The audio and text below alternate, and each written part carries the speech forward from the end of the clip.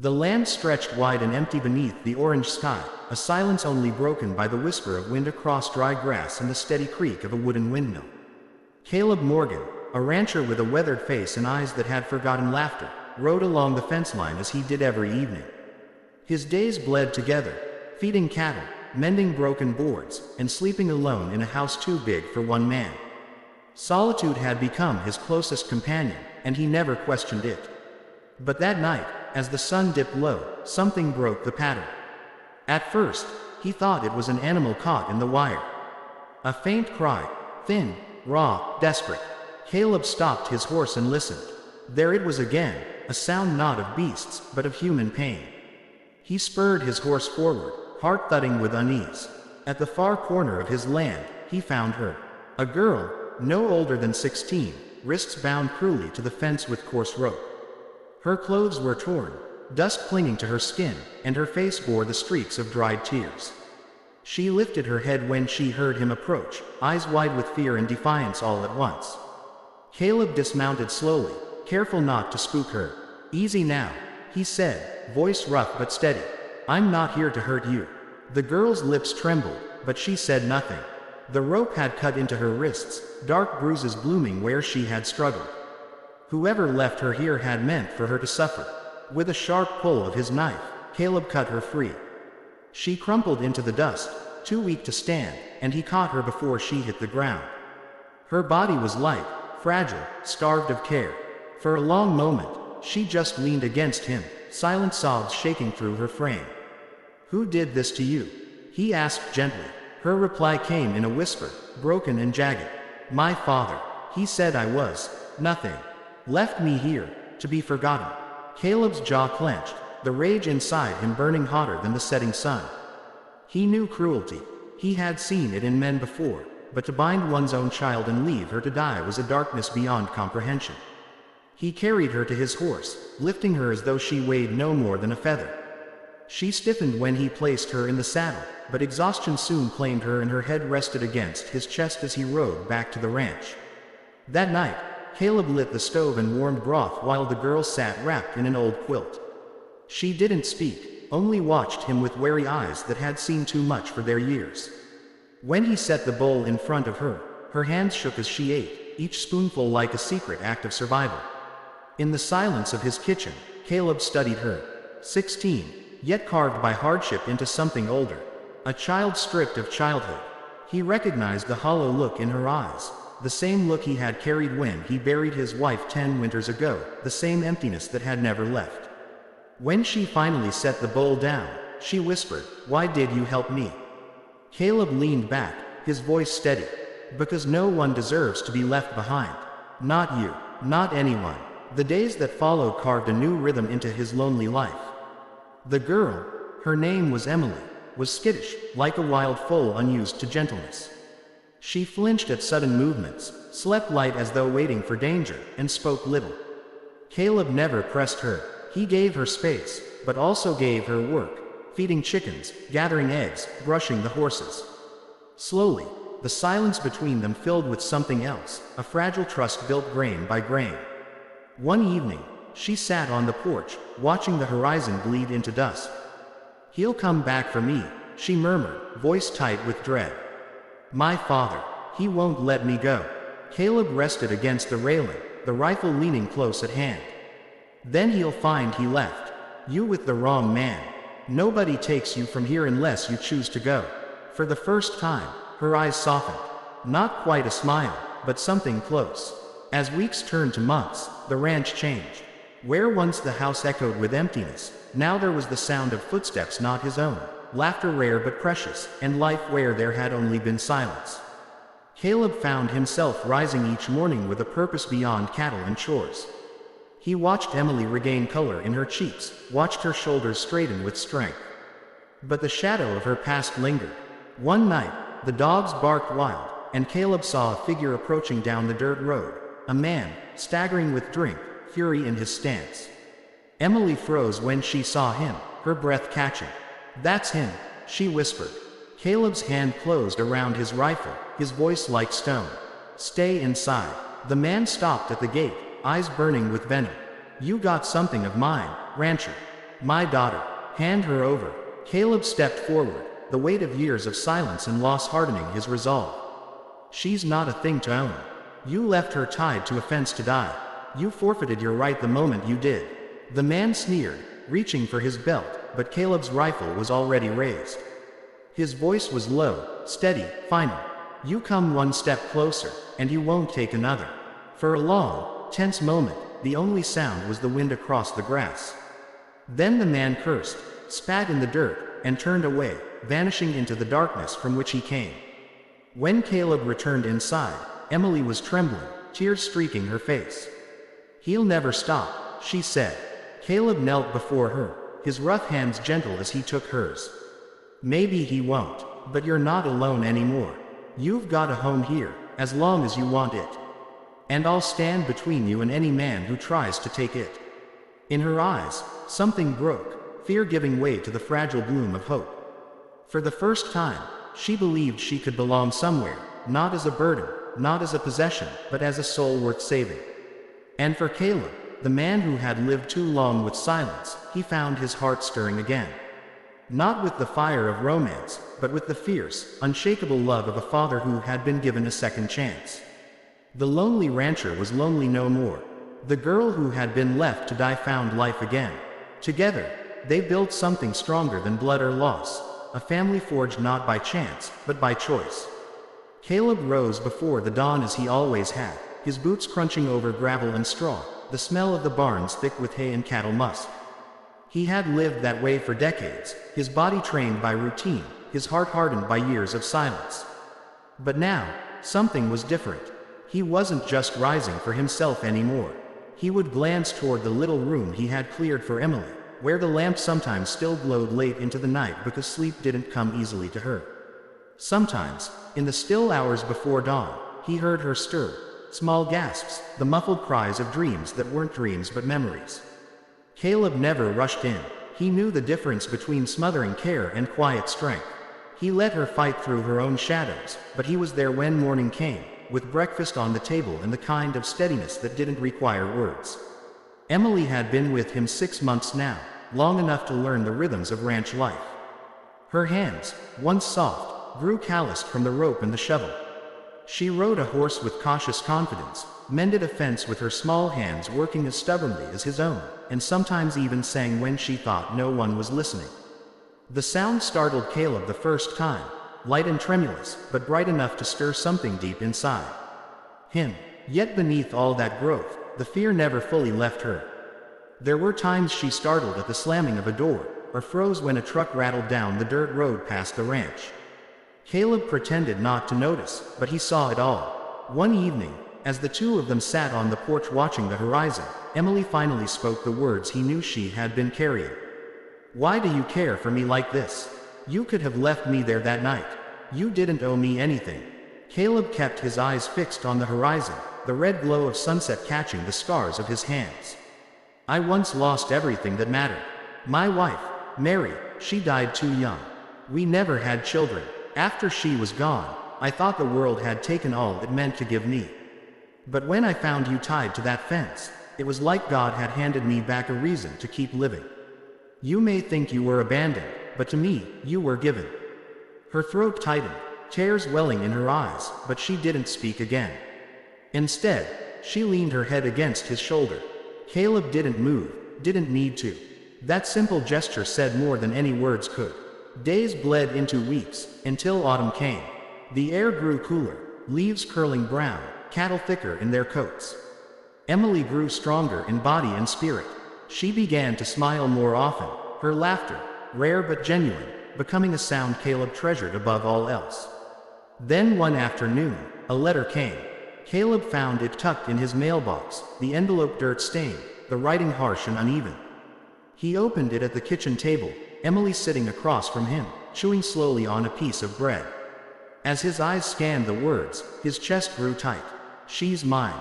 You can't keep her. I'll come when the time is right. You'll wish you never interfered." The letter bore no name, but Caleb didn't need one. He folded it slowly, carefully, so his hands wouldn't betray the fury rising in him. Emily watched him, her fork pausing halfway to her mouth. "What is it?" she asked softly. Caleb met her eyes, debating whether to tell her.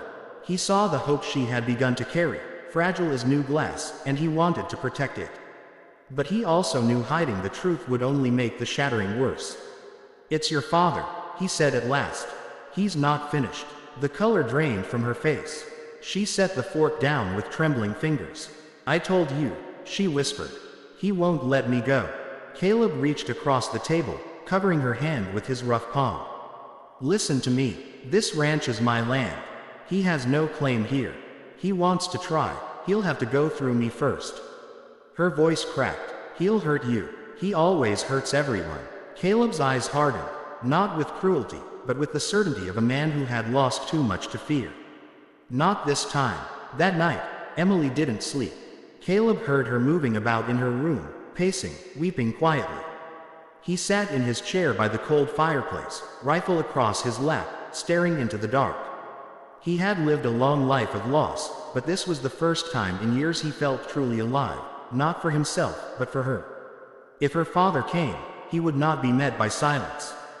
The days that followed were thick with tension. Caleb taught Emily how to handle a rifle, though she trembled each time her finger touched the trigger. He showed her how to latch windows, how to move quietly through the barn if ever she needed to hide.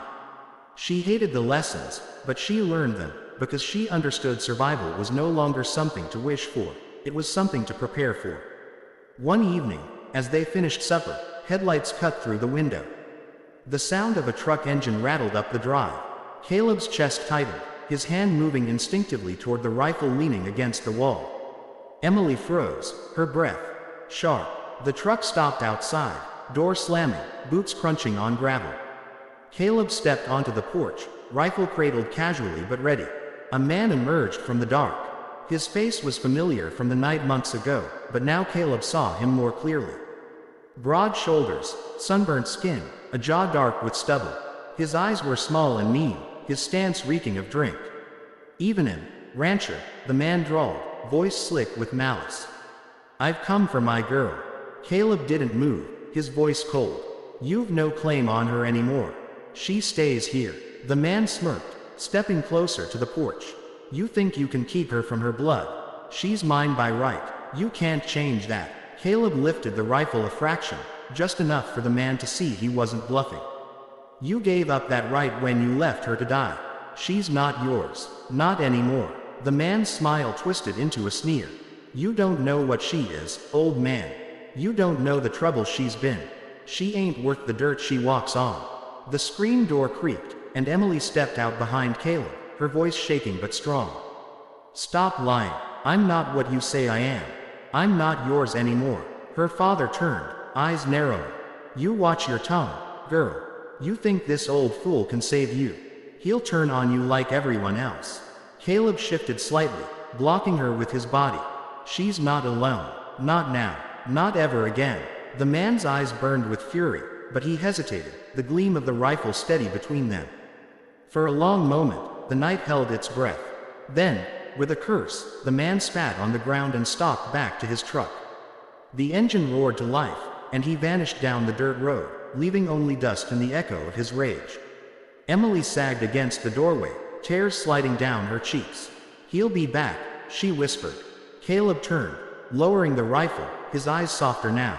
"Maybe, but every time he comes, he'll find me standing here. And one day, he'll learn there's nothing he can do to take you." For the first time, Emily didn't just cry, she smiled through her tears. A small smile, but steady. It was the smile of someone who had begun to believe in belonging. In the weeks that followed, life found a new balance. Emily's laughter returned more freely, and Caleb discovered what it felt like to be needed, not as a neighbor, not as a worker, but as a father. The bond between them grew unshakable, forged not by blood, but by choice. The lonely rancher was no longer a man waiting for days to end. He was a protector, a teacher, a father, and the girl who had been left to die was no longer just a survivor. She was a daughter, a fighter, and for the first time in her life, she was loved. Together, they built something the cruelty of her father could never break. A home, not of silence, but of hope. Winter came early that year. The first snow swept across the plains, dusting the fields and blanketing the roof of the old ranch house. Caleb chopped wood in the cold mornings, his breath a cloud in the frosty air, while Emily fed the animals and wrapped herself in heavy coats that hung too large on her slender frame. Life had settled into something steady, something almost peaceful. But peace on the frontier was fragile, and both Caleb and Emily knew it. Though the days passed quietly, the shadow of her father loomed. He hadn't returned since that night on the porch, but the silence was not comfort, it was warning. One evening, when the sky was dark and stars hung sharp as glass above the land, Caleb noticed the dogs grow restless. Their growls cut through the cold. He stepped outside, rifle in hand, scanning the fence line. His gut tightened. Headlights appeared in the distance, weaving down the dirt road like a snake of fire. Not one truck this time. Two. Caleb's jaw clenched. He had expected her father to come again, but not with help. "Emily," he called, steady but sharp. She came to the door, eyes wide when she saw the glow of headlights cutting across the land. "It's him," she whispered, her voice thin with fear. "Yes," Caleb said, loading the rifle with calm precision. "But he's not taking you. Not tonight. Not ever." Her breath hitched. "He brought others." Caleb glanced at her, his expression stern but gentle. "Then they'll learn what kind of ground they stepped on." The trucks rolled to a stop just outside the gate, engines cutting off. The night fell heavy and silent, broken only by the crackle of the wind. 3 figures stepped out, her father in front, and 2 men Caleb didn't recognize, both broad and heavy, their postures loose with arrogance. Her father called out, voice slurred with whiskey but sharp with hate. "I warned you, old man. That girl's mine, and tonight she's coming home." Caleb raised his rifle. "You'll turn back, or you won't walk away." The men laughed, the sound cold in the night. 3 against 1, one of them jeered. "You really think you'll stop us?" Caleb didn't answer. His rifle spoke for him as he aimed straight into the dirt near their boots, the crack of the shot splitting the silence like lightning. Dust flew. The men stopped in their tracks. Her father's face twisted with rage. "You think you can scare me?" Caleb's voice was low, steady as stone. "Not trying to scare you. Just showing you I don't miss." Behind him, Emily gripped the edge of the doorway, her heart racing. Every instinct told her to run, to hide, but something in Caleb's voice held her in place. She had lived her life under her father's control, tied down by fear, but this man had shown her another way. And tonight, she realized, she couldn't let him stand alone. "Caleb," she whispered, stepping forward. "Teach me now." He turned just slightly, eyes meeting hers, and saw the fire building in her trembling frame. He gave a single nod, pulling the small revolver from his belt and handing it to her. "Keep your hands steady. Don't shoot unless you must. But don't ever let them believe you're afraid." Her father sneered when he saw her step outside, weapon in her hands. "Put that down, girl. You don't have it in you." For the first time in her life, Emily's voice didn't break. "I'm not your girl anymore." The men exchanged uneasy glances. The rancher with the rifle was one thing, but a daughter standing against her father was another. Her father's face twisted, fury breaking into madness. He lunged forward, spitting curses, his boots crunching across the snow. Caleb's rifle snapped up, but Emily stepped forward, revolver raised. "Stop," she shouted, the sound ringing clear across the frozen ground. Her father halted, just long enough to see that the barrel was steady despite her trembling. For a moment, silence fell, a breath of eternity where everything balanced on the edge of her will. "You left me to die," she said, voice shaking but fierce. "You said I was nothing. But I'm not nothing. Not anymore." The man laughed bitterly, though his eyes flickered with doubt. "You wouldn't pull that trigger." Emily's hands shook, but she didn't lower the gun. Caleb's steady presence at her side lent her strength. "Try me," she said. The other men muttered, restless now. One spat into the snow. "She ain't worth it," he muttered to her father. "We didn't come here to get shot over your pride." Her father snarled, but their hesitation broke his bluster. He realized what Caleb already knew. The fight was lost, not by bullets, but by the will of a girl he could no longer control. "You'll regret this," he spat, backing away toward his truck.